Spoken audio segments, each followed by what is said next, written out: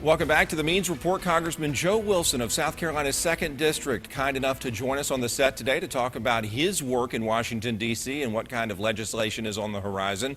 I want to talk to you about education, Congressman Wilson. I just gave the Golden Apple Award to a teacher at North Augusta High School who is drilling the importance of science, technology, engineering, and math into her kids. She wants South Carolina to be a bigger player on the world stage.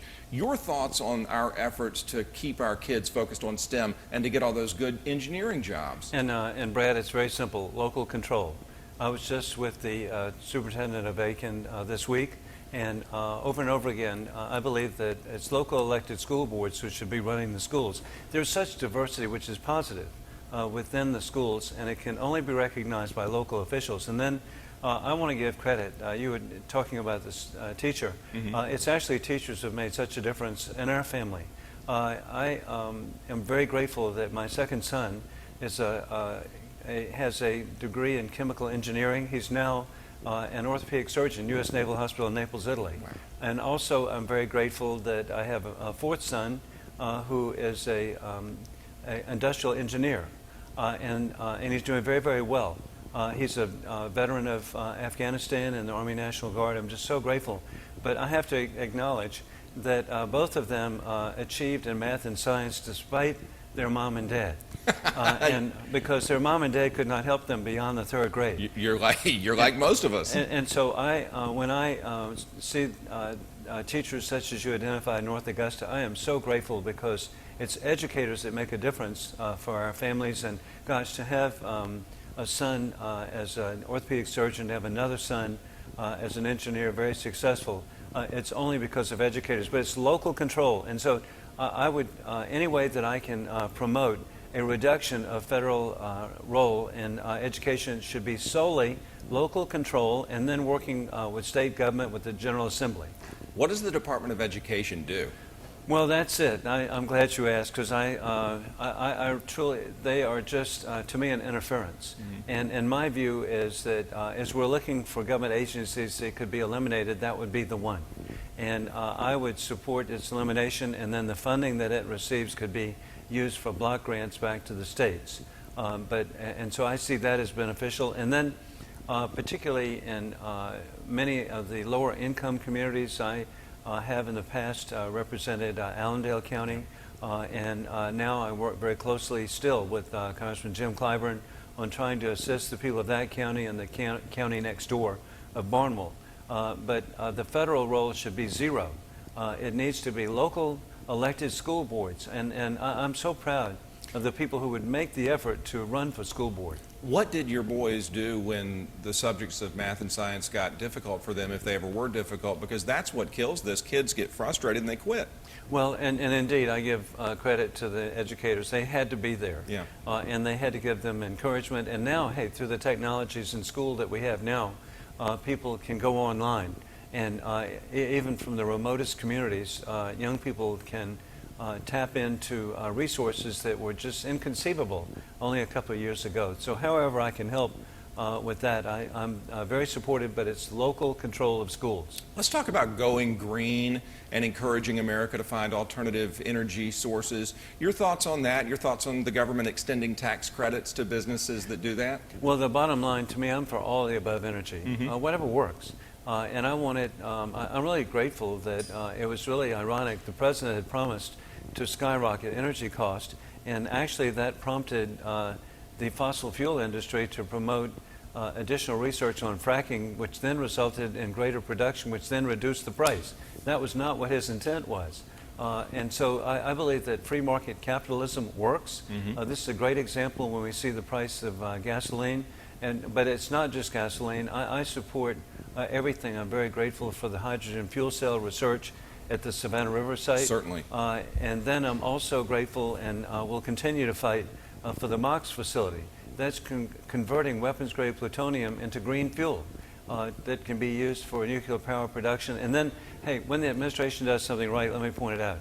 They did license the Vogtle plant. They licensed the BC Summer plant in Jenkinsville, South Carolina. And so we have nuclear power plants in this region that are being constructed. And we know that in South Carolina because the benefit of this, 60% of all power generated in South Carolina is nuclear. And it's safe, it's reliable, and ultimately over a period of time will be low cost. And that's how we can recruit new industry to locate in our region, because the energy costs are low. And I much prefer to compete with China on energy rather than on labor. It's tax time. Do you see any reforms on the horizon, a change to the way that we are taxed? Well, we're very fortunate with the new Speaker, Paul Ryan. We have a person who is very open to working with reform of and simplification of our tax system. And it needs to be, because it's absolutely ridiculous that it's tens of thousands of pages now.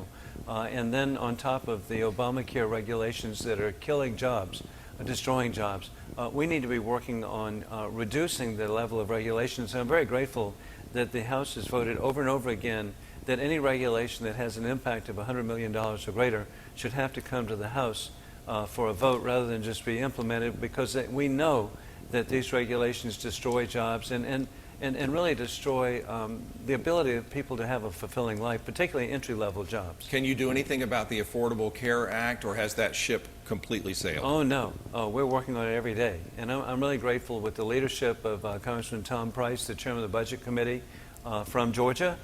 We should give credit. We have alternatives, and it's buying insurance across state lines. It's association health plans. It's a safety net. But we know something. Obamacare is not working. The premiums are much higher than were ever anticipated. People did lose their doctor. We know that the deductibility that people have is just debilitating. It doesn't work. And then they make false claims. They claim that so many millions of people are covered. What they don't tell you is that so many millions of people lost their coverage and had to pick up coverage. Don't you think that there are some people watching now, though, that are saying, look, this worked for me, it got me better, and I didn't have to spend a ton? Thank you, Lord, for Obamacare. Well, the good news is the vast majority of people actually know that that's not accurate. Because the benefit that's being given is simply not worth it. People, in fact, polling indicates that a majority of the American people do understand that this law is so overwhelming, it's not workable, and the consequence is the delay of services, denial of services, and that's what and people indeed are losing hours. It's just been a job destroyer that needs to be repealed and replaced with a safety net. I don't have a ton of time left, but I can't skip the presidential race. What in the world is going on with your party? Who's going to be your man? Well, the rules. We follow the rules. And I'm really grateful that we had a record turnout in South Carolina. Gee, it's amazing to me. And I point out, Brad, that we multiply through division. And in South Carolina, we had twice as many people vote in the Republican primary as the Democrat primary. And so I'm thrilled to see the level of involvement. I fully understand there are divisions, but that gets more people involved. Who's going to get the nod? And gut feeling. My view, again, it's the rules, and people will follow. Congressman, come on. Yes. Who do you love? I'll have to be very candid. Anybody but Hillary. Okay, so you'll take Cruz or Trump? Anybody but Hillary. It wasn't Lindsey Graham, who we kind of mentioned that it might be a few months ago. Well, and I was for him. I was for Governor Scott Walker. I voted for Marco Rubio, so it could be that. No, you're over 3. Come on. But bottom line is that I'm very concerned that the far left agenda that could be imposed on this country would be catastrophic, particularly for the young people of our country. The people of my, not your, age group won't be paying for what's happening. But the young people of our country will be paying for a burdensome government that's oppressive, that simply cannot be sustained. And also it will be a reduction in the our national defense, which puts the American people at risk of attack from anywhere in the world. Bottom line, I'm just hoping that, and I want to be in position to work to bring people together for a nominee that will have a positive agenda of strong national defense. To me, that's the primary function of the national government, and to promote a growth agenda of creating jobs. So whomever comes out of that convention is going to be the person you back? That's who I would be for, yes. Have you had a chance quickly to meet Trump or Cruz? I have. Yeah, nice Yes. people in person? Oh, in person, yes. And hey, I've been very grateful for the opportunity of the candidates I've met, so I truly am hopeful, and I believe that we can come together and create a positive agenda for the American people. Well, as I always say when you visit, thank you for your time, certainly, Well, but thank thank you you. for your family's service to our nation. Well, I'm just so grateful. I have 4 sons and give all credit to my wife, 4 Eagle Scouts and 4 serving in the military of the United States. And so it's just very humbling. I'm very proud of my wife's success. Listen, I don't care which party you're a part of. We're grateful for that for sure. Thank you. Thank you very much. Congressman Joe Wilson, South Carolina's 2nd District.